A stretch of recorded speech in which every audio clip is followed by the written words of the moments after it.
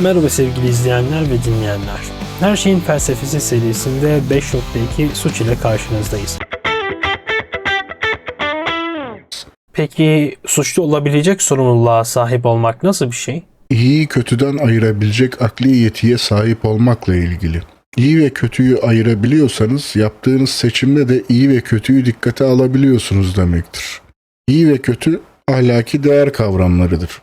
Soyut ahlaki ilkeleri kavrayabilen bir varlık varsa bu ilkelere dayalı olarak kurduğunuz sistemlerden bu varlıkları sorumlu tutabilirsiniz. Sanırım ahlaki ikilemler de konunun farklı bir boyutunu anlamak için bize yardım eder. Bunlardan en ünlüsü tramvay ikilemi. İkilem şöyle, durdurulması mümkün olmayan bir tramvayın içindesiniz. Tramvay üzerinde 5 işçinin çalıştığı raylara doğru ilerliyor. Eğer hiçbir şey yapmazsanız bu 5 işçi ölecek. Yakınınızda bir düğme var. Buna basarsanız rayları değiştireceksiniz. Fakat rayları değiştirirseniz ilerleyeceğiniz diğer rayın üzerinde çalışan başka bir işçi var ve onun ölümüne sebep olacaksınız. Böyle bir durumda rayları değiştiren düğmeye basmak ahlaki olarak doğru mudur, yanlış mıdır? Suç bakımından değerlendirme yaparsanız tramvay 5 kişinin üzerine ilerlerken buna sizin bir etkiniz yoktu. Ama eğer tramvayın rayını değiştirip bir kişinin ölümüne sebep olursanız bu tamamen sizin sorumluluğunuzda olacaktı. Siz dünyadaki bir olaya etki ettiniz ve bu yüzden bir kişinin ölümüne sebep oldunuz. Dolayısıyla 5 kişinin ölümü sizi suçlu yapmasa bile bir kişinin ölümü sizi suçlu yapacaktı. Yani suçlu olabilecek sorumluluk sizin dünyaya etkinizle de ilgili.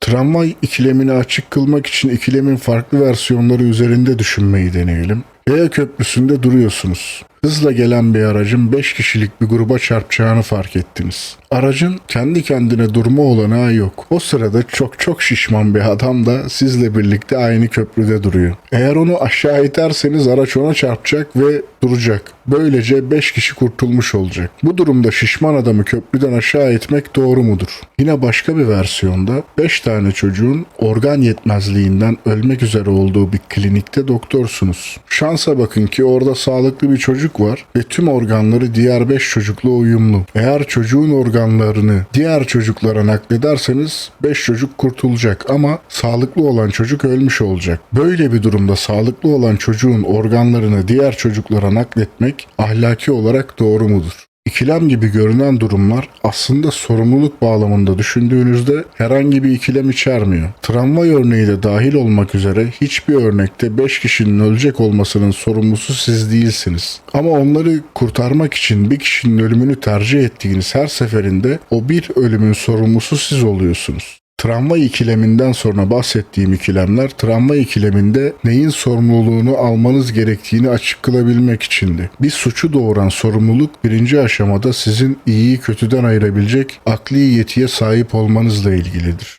İkinci aşamada da sizin edimlerinizle ilgilidir.